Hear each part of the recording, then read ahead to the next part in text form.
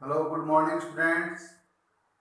आज हम पढ़ रहे हैं प्रश्नावली 5.3 का क्वेश्चन नंबर 2। देखो दे रखा है निम्नलिखित का योगफल ज्ञात करो। क्या ज्ञात करो? योगफल। 3 + 11 + 19 इस प्रकार लास्ट 803 तक योगफल ज्ञात करना है। तो आप देखो 3 और 11 के बीच 8 का अंतर, 11 और 19 के बीच 8 का अंतर। कहने का मतलब ये एक समांतर श्रेणी दे रखी है। क्या दे रखी है? समांतर श्रेणी। और ये दे रखा है समांतर श्रेणी का लास्ट पद। ठीक है, तो आप ज्ञात करेंगे क्या? समांतर श्रेणी के पदों का योगफल। क्या ज्ञात करेंगे? समांतर श्रेणी के पदों का योगफल। अब योगफल ज्ञात करते हैं तो ज्ञात करने का फॉर्मूला होता है n/2। तो इस श्रेणी में n कितना है मालूम है क्या आपको? n संख्या मालूम है? कितनी संख्या है? नहीं। तो आपको दे क्या रखा है? a की वैल्यू 3 और लास्ट पद को कहते हैं an। ये दे रखा 803 और दे रखा आपको d। ज्ञात कर सकते हैं। d कैसे ज्ञात करेंगे? a2 - a1। तो a2 कितना है? 11, a1 3, तो d कितना आ गया? 8। अब हमें अगर योग ज्ञात करना हो तो हमें योग के लिए फॉर्मूले में n चाहिए। क्या n दे रखा है क्या? नहीं दे रखा। तो फिर मैंने आपको 2 फॉर्मूले बताए थे।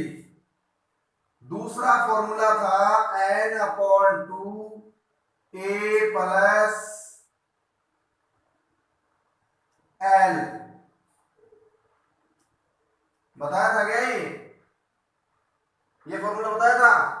तो देखो n हमें इसमें मालूम है क्या? नहीं मालूम।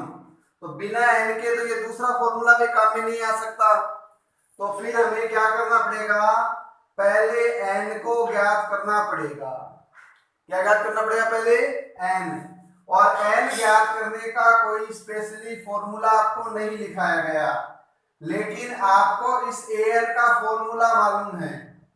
और an का फॉर्मूला रखेंगे तो an की वैल्यू फॉर्मूले के बराबर रखेंगे तो एक इक्वेशन बनेगा और इस इक्वेशन से क्या ज्ञात हो जाएगा? n। तो लगाते हैं an का फॉर्मूला a + n - 1 × d। तो यहां an दे रखा है 803, a दे रखा है 3, n हमें मालूम नहीं है और d फाइंड आउट कर लिया 8। अब इस इक्वेशन से n ज्ञात हो सकता है या नहीं हो सकता? हो सकता है। तो पहले हम ज्ञात करेंगे n। तो n 803 और ये 3 इधर आकर हो जाएगा माइनस, इधर बच गया n - 1 × 8। 803 में से 3 घटाएंगे बचेंगे 800। n - 1 × 8। अब ये देखो 8 यहाँ गुणा में ट्रांसफर कर लेफ्ट हैंड में लाओगे क्या हो जाएगा? भाग में। इधर रह गया n - 1। 800 को भाग देंगे 8 से तो कितना आएगा? 100। अब एक माइनस है, इधर ले आओ प्लस, तो n कितना हो गया? 101। n की वैल्यू मालूम हुई कि नहीं हुई? अब आपको ज्ञात करना है श्रेणी के पदों का योग। तो योग का फॉर्मूला लगाते हैं और फॉर्मूले की सहायता से क्या ज्ञात हो जाएगा? श्रेणी के पदों का योगफल।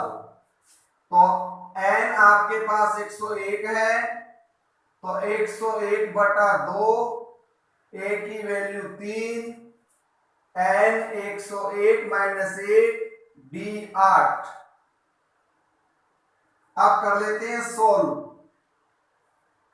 101/2, 2 को 3 से गुणा करेंगे 6, 101 में से 1 घटाएंगे बचेंगे 100 × 8। 101/2 6 प्लस 100 का करो 8 से गुणा 800 101/2 इंटू 800 में 6 जोड़ेंगे 806 2 से कटते हैं क्या काटते हैं तो काट दो 403 अब इन दोनों का कर देंगे गुणा तो क्या आ जाएगा इस श्रेणी के सभी पदों का योग तो आप इसका गुणा कर लेना गुणा करने पर आपके इसके आंसर आ जाएंगे आया समझ में चलो अब करते हैं सेकंड क्वेश्चन का second part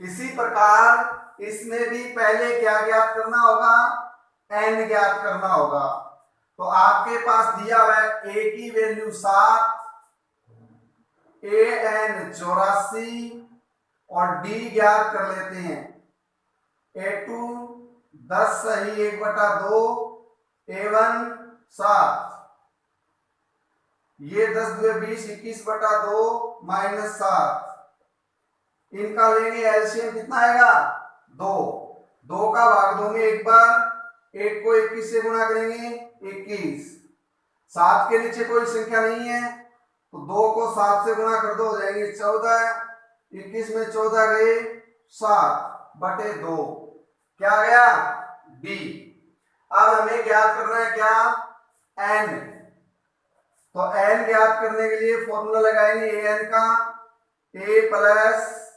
n-1 into D an दिया हुआ है 84 a है 7 n हमें मालूम नहीं और d है 7/2 तो ये 84 7 इधर लाओ माइनस के ये n-1 इंटू 7/2 84 में 7 घटाओगे बचेंगे 77 बराबर n-1 इंटू 7/2 ये 7/2 इधर लाओगे क्या हो जाएगा 2/7 काटो 11 इंटू 2 11 2 22 एक इधर आकर हो जाएगा प्लस तो n की वैल्यू कितनी आ गई 23 यानी 23 इस श्रेणी में टोटल कितने पद है 23 हमें ज्ञात क्या करना है पदों का योग तो पदों का योग ज्ञात करना है तो योग का फॉर्मूला होता है एसएन वाला n/2 2a n-1 into D n की वैल्यू कितनी आई 23/2 a की वैल्यू कितनी आई 7 n हमने कितना ज्ञात किया 23 -1 d की वैल्यू 7/2 कर लो इसको सॉल्व इसका कैलकुलेशन करते हैं 23/2 2 को 7 से किया 14 23 में से गया 22 इंटू 7/2 23/2 14 ये करते हैं 11 बार 11 7 77 23/2 ये हो गई 91 77 में 14 जोड़े कितने हो जाएंगे 91 अब 23 को करते हैं 91 से गुणा तो गुणा करेंगे 23 से कम 23 हासिल की 2 23 5 115 23 6 138 23 7 161 23 8 184 23 9 207 और 2 209 ठीक है बटे 2 अब इसमें लगाना है 2 का भाग दोगे तो 4 2 8 6 2 12 ये आंसर आ जाएगी ओके